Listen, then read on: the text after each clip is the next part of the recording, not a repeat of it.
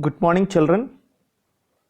Today we will have a poem, and the title of the poem is The Legend of the Northland, written by Phoebe Cary. Okay, so actually, this poem is a supplement to the lesson The Snake and the Mirror, but due to COVID-19 situation, the lesson The Snake and the Mirror is deleted. Okay, but the poem is there in the syllabus. Okay, children, now all of you take your textbook, page number 65. Yeah. Okay, children, the legend of the Northland. Okay, the very title is telling something about Northland. That is the name of a place and a country, we can say. And legend means a old traditional story. All of you write down. An old traditional story is called legend. Legend is an old traditional story. So today we will learn a story, and this poem is in the form of a ballad. You know, children, what a ballad is? Spelling is B-A-L-L-A-D,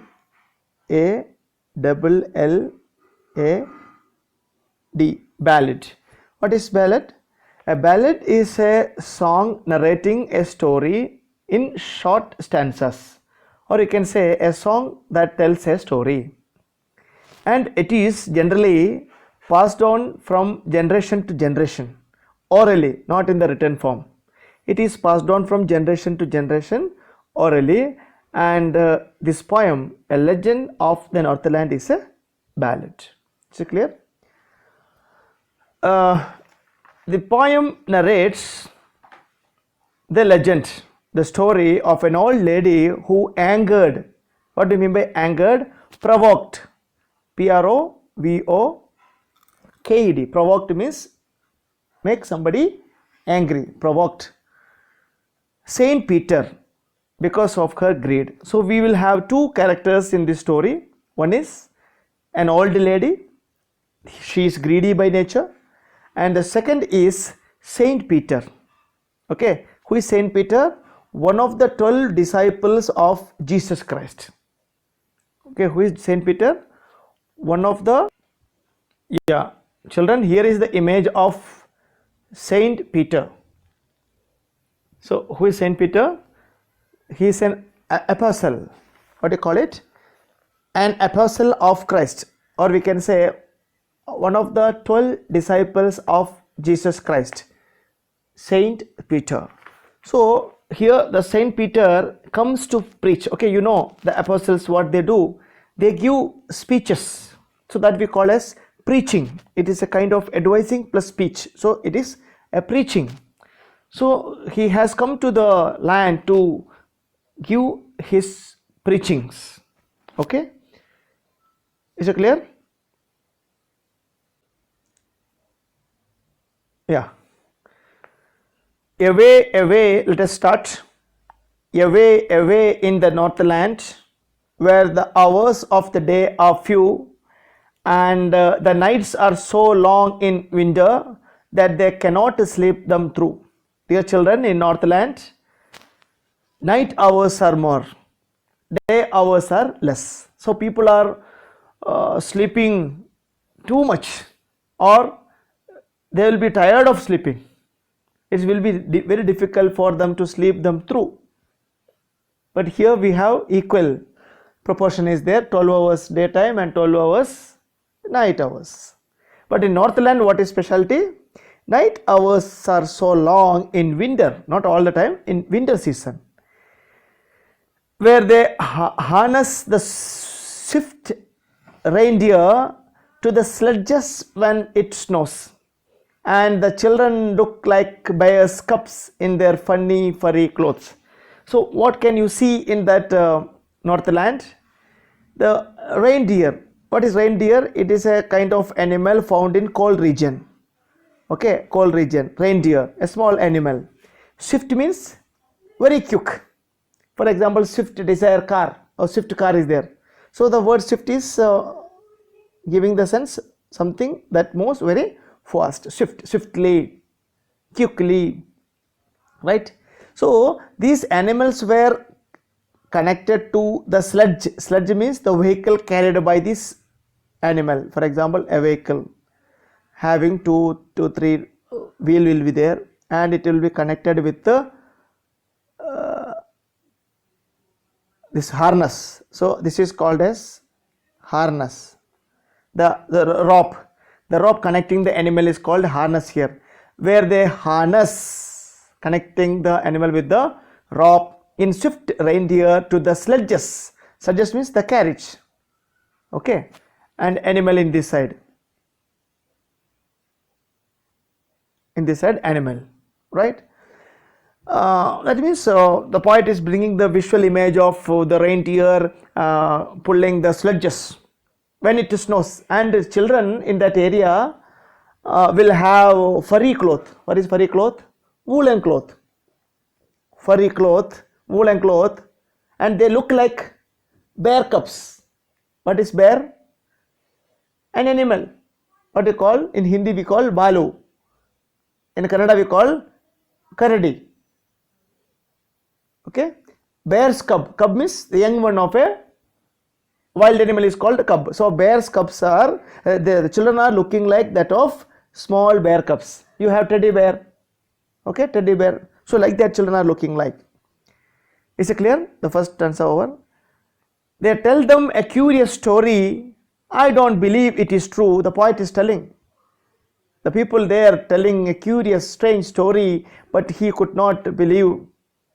And yet you may learn a lesson if I tell that tale to you. Tale means story. Suppose the poet tells you that tale. Tale means story. There are two tale in English. One is T-A-L-E, that is story. Another tale is there. What is that? T-A-I-L, the tale of a monkey, tale of a donkey. That is spelling difference. One tale is T-A-L-E, that is story. Another tale is the part of a animal, that is tail. Tail of a monkey, tail of a dog, right? Once when the good Saint Peter lived in the world below, the story starts now. Once the good Saint Peter, I told you I have shown you the picture. He is one of the 12 disciples of Jesus Christ. Lived in the world below, that is earth, and walked about it preaching. I told you what is preaching? Giving a speech and advising. A speech that contains advice. Preaching, just as he did, you know, all of you know that what these apostles or the priest they generally do. He came to preach the people. He came to the door of a cottage. What is cottage? A small house. What is cottage? A small house.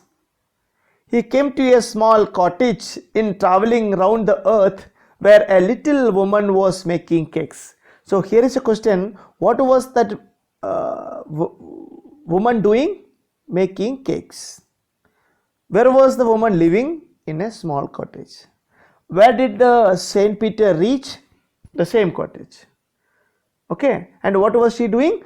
Baking cakes on the hearth. Hearth here stands for stove. On the stove, she was preparing cakes. And being faint with fasting, he is very tired. Faint here means tired with fasting. You know, fasting means going without food. So he was going without food. So he was very tired and he was almost faint. He began to become unconscious. For the day was almost done. Because day already he had spent the day. He asked her from her store of cakes to give him a single one. So that lady should give him a cake. So who asked for that? Saint Peter asked for a piece of cake. So she made a very little cake. Actually there are many cakes she already prepared and kept. But you know, to give this Saint Peter, she prepared a new cake. But as it baking lay, she looked at it and thought it seemed too large to give away. And when she prepared a cake, she felt it is very big to give away. Therefore, she needed another. What is needed? Mixing. Mixing of atta is called kneading. He needed another one. Needed means mixing of that flour for powder. Kneading. So she needed another small bowl of what you call atta, we can call, and still a smaller one, but it looked, when she turned it over, as large as the first had done. Again she felt the new cake that she made was equal in size with the one that she had already made. Then she took a tiny scrap of dough. It is pronounced dough. Many people pronounce it as duff, but the real pronunciation is dough. And your mother might be preparing chapati at home, so small bowls will be there, that is called dough. Then she took a tiny scrap of dough and rolled it flat. Like chapati making, she made it flat and baked it thin as a wafer. You know what wafer is? Many of you are fond of eating wafer, Lays. Very thin chips is called wafer. So like that she prepared, okay, but she couldn't part with that. What is part with means? To give away, to give to somebody. So she was not ready to give it to that. To whom? To Saint Peter. Okay? Yeah. For she said, because she said, my cakes that seem too small when I eat of them myself. When she eats that cake, it is small for her. When she wanted to give to that Saint Peter, it becomes big for her, and yet too large to give away. So she put them on the shelf again. Then good Saint Peter grew angry. Then what happened to that Saint Peter? He became angry. For he was hungry and faint. What's the reason? Because when you are hungry, you become angry. When you become hungry, you become angry and faint. And surely such a woman was enough to provoke a saint. You can underline and learn the word provoke. Already in the introduction I told you, angered.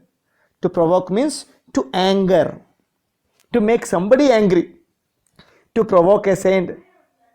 Okay, and he had, you are far too selfish. And what did he say? That lady is very selfish. To dwell, okay, write down, what is dwell? To live. To live in a human form. To have both food and shelter and fire to keep you warm. Okay, so she is very selfish according to him. And to live. To dwell means to live, L-I-V-E. We are all dwelling in Navodaya Vidyalaya, for example. Means living in Navodaya Vidyalaya. In a human form. So you are not supposed to live in a human form. Who thought? Saint Peter thought. To have both food, because she had food. She had shelter. Means house. And fire also there to keep herself warm. But she is very greedy. Now you shall build as the birds do, and shall get your scanty food by boring all day in the hard dry wood. So immediately what happened? The Saint Peter said, you will live like bird now. Why? Birds are getting very scanty food. What is scanty food means? Very less food. Write down. Scanty food means very less in quantity. So birds get scanty food, right? By boring means by making small hole. Boring means making hole. Borewell. We make a pit in the earth, so we are boring to make borewell. That's why borewell is there. So ear boring ceremony is there. People will have ear boring ceremony. Okay. So boring, you will get food. all day in the hard dry wood. So you have to get food by boring and boring in the dry wood like the bird. Then up she went through the chimney, never speaking a word, and out of the top flew a woodpecker, for she was changed to a bird. So Saint Peter cursed her and made her a woodpecker. That bird that is boring on dry wood is called woodpecker. How many of you have seen a woodpecker? Yes, many of you may have seen a woodpecker. So let me show you the picture of a woodpecker. Dear children, this is the picture of a woodpecker. You can very much see. You see the bird first of all. The bird is full of what you call black color on its body, as if it is charred. Okay, and you can see the head part. There is a red color. Okay, so the reference is here. Let us learn further. Yeah, then up through the chimney, because she was preparing food near the chimney. So suddenly the man cursed and converted her to that of a bird, and she flew through the chimney. Okay, a woodpecker. She was changed to a bird. So she had a scarlet cap, red cap. Now the bird also, I told you, I have shown you the bird also having a red color on its cap, as if it is, because that lady was wearing scarlet cap on her head that time. Okay, so now it is the part of the bird now, and that was left the same, but all the rest of her clothes were burned. See the body of the bird, I have shown you, black color, black as a coal all of you know, coal in the flame. It has become black like that of a coal. And every country schoolboy has seen her in the wood. Now anybody or all the children, all the country boy could see her where? In the wood. In the wood means on the wood, where she lives in the trees till this very day. So woods, if it is added with yes, it becomes forest. So on the wood, in the woods, she could be seen. And where does she live? In the trees. Till this very day, even now also you can see. What is she doing? Boring means making hole. Boring, making hole for what? Food. Because she was not ready to give food to that Saint Peter. Now she had to struggle, making hole, and finally she will get scanty food. Very small amount of food only will be given. So that's why, dear children, we should not be greedy. So it's a very good message that you are getting, that we should not be greedy. So what happened to this old lady?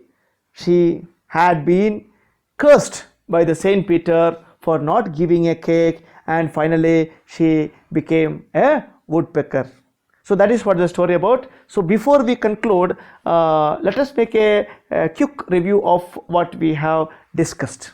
The poem is a ballad. What is a ballad? It is a poem that tells a story. So actually ballads are narrated orally from generation to generation, but it is written form for you now. So where did this story take place? In Northland. Away there is winter. Okay, and the winter is explained by that reindeer carrying, pulling the sledges, the vehicle, and children are all in their funny furry coats like bear cubs. Now the story is being narrated to you. So what is the story? There is a apostle called Saint Peter. He was moving around the world below, that is earth, and was preaching. So one day he was very tired and reached a cottage where a lady was preparing cakes. And Saint Peter was very hungry and he was almost like fainting. So he wanted to eat one of the cakes. When he asked cakes, she made a small one, but it looked big for her. Again she made another one. That too looked like the one she prepared already, and the third one she prepared, that was like a wafer. Still she could not part with it. That So who got angry? Saint Peter got angry. So what did he do? He cursed her and converted her to that of a bird, that is woodpecker. So what is specialty of woodpecker? Not like other birds that can eat very easily, but woodpecker can eat only those small insects that are found on dry wood, that also by boring and boring and boring. That is a poem, dear children. Now we will see the rhyming scheme of the poem. So let us take one or two. Let us take the last stanza now, for example. Schoolboy, okay, boy ending with y sound.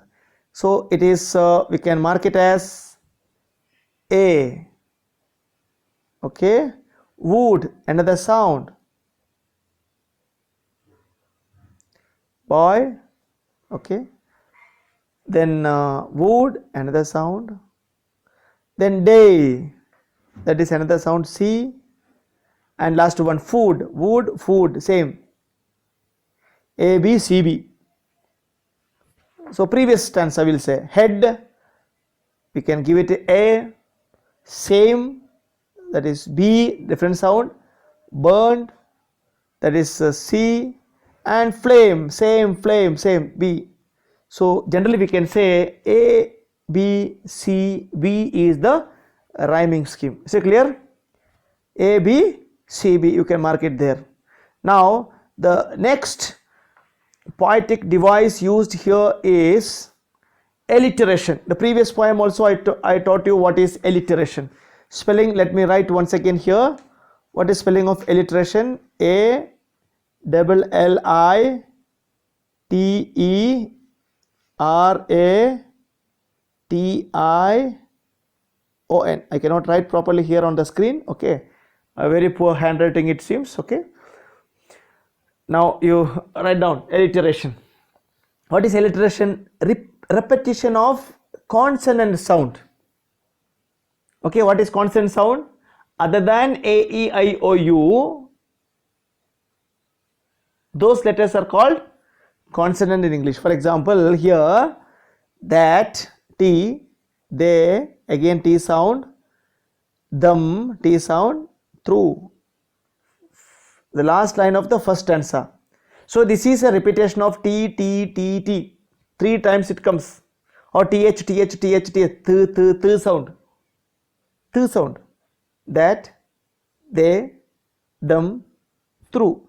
So repetition of the same consonant sound is called alliteration. Now coming to the next stanza. They, TH, again the alliteration, okay. Now we will see second stanza, last line. Funny, f sound, funny, f sound, funny, furry, f. So that is also alliteration. Now you can find out more alliteration. Next stanza, okay. You can find tell, T, tail, T. So repetition. So like that, many such examples of alliterations are there in the poem. And next poetic device is repetition. What do you mean by repetition? What spelling of repetition? R E P E T I T I O N. Repetition. What do you mean by repetition? Repetition means repetition of words. For example, first stanza, away, away, 2 times. When things are repeated 2 times, it is called repetition. So you can find more example in the next page, page number 66. Take page number 66, stanza number 3. Rolled, okay, repetition. What is that? Rolled, the word rolled, repetition. And again the last stanza, the final ending stanza, where what is there? Boring and boring and boring. Okay, is it there? Boring and boring and boring. Could see? Here also boring, boring. Page number 66, last but one. You can say boring and boring and boring. Can you see? Boring, boring, boring. 3 times repeated. So that is repetition.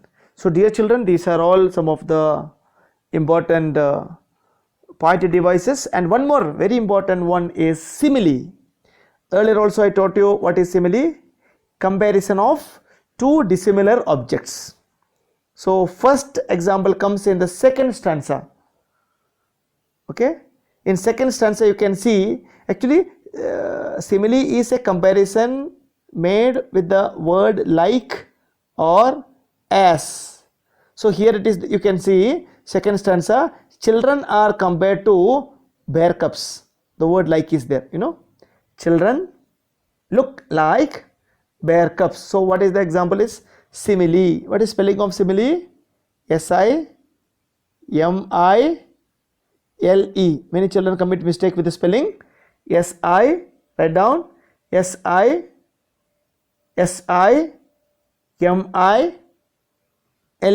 simile. So what is simile? Comparison of two dissimilar object. For example, children, bear cubs, actually it is similar, not similar. But when poet is comparing an object with another object which is not similar, that is called simile. So one more example of simile is here in page number 66. Next page.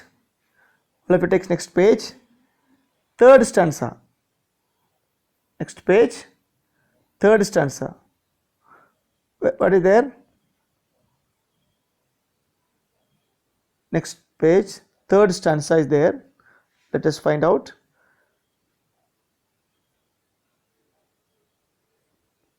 Wafer, that is, and baked it thin as a wafer. Thin as a wafer. As is also used for making simile. So the cake is compared to that of a wafer. Cake is compared to wafer. So the word as, that is why it is again simile. Not smile. Smile is different spelling. S-I-M-I-L-E. So that is the end of the teaching today, and I hope all of you understood what the poem is about, and it is written by Phoebe Carey. Phoebe Carey. Okay, that's all. Thank you children for listening, and have a nice day ahead.